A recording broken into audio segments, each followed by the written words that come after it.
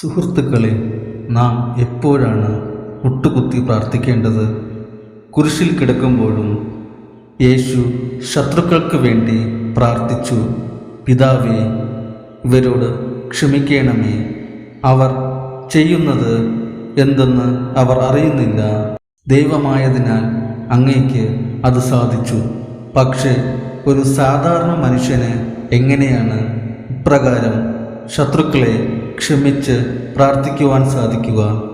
ഇവിടെയാണ് ക്രിസ്തു സ്നേഹിതനും ആദ്യത്തെ രക്തസാക്ഷിയുമായ വിശുദ്ധ സ്റ്റെഫാനോസ് നമുക്ക് മാതൃകയാകുന്നത്. സ്വർഗം തുറന്നതും മനുഷ്യപുത്രൻ ദൈവത്തിൻ്റെ വലതുഭാഗത്ത് നിൽക്കുന്നതും കണ്ടപ്പോൾ സ്റ്റെഫനോൻ എഴുന്നേറ്റ് പ്രാർത്ഥിച്ചു. പക്ഷേ ശത്രുക്കൾക്ക് വേണ്ടി പ്രാർത്ഥിക്കുമ്പോൾ അവൻ മുട്ടുകുത്തി.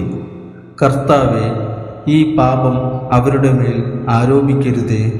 കല്ലെറിഞ്ഞവർക്കും ദൈവത്തെ നിഷേധിച്ചവർക്കും ദൈവത്തെ ദുഷിച്ചവർക്കും വേണ്ടിയാണ് അവൻ മുട്ടുകുത്തി അപേക്ഷിച്ചത്.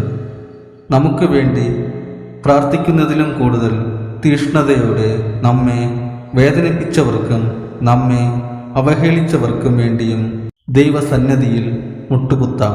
കാരണം അതാണ് യേശുവിൻ്റെ മാർഗം, അതാണ് സ്റ്റെഫാനോസിൻ്റെ മാർഗം, അതാണ് ക്രിസ്ത്യാനിയുടെ മാർഗം.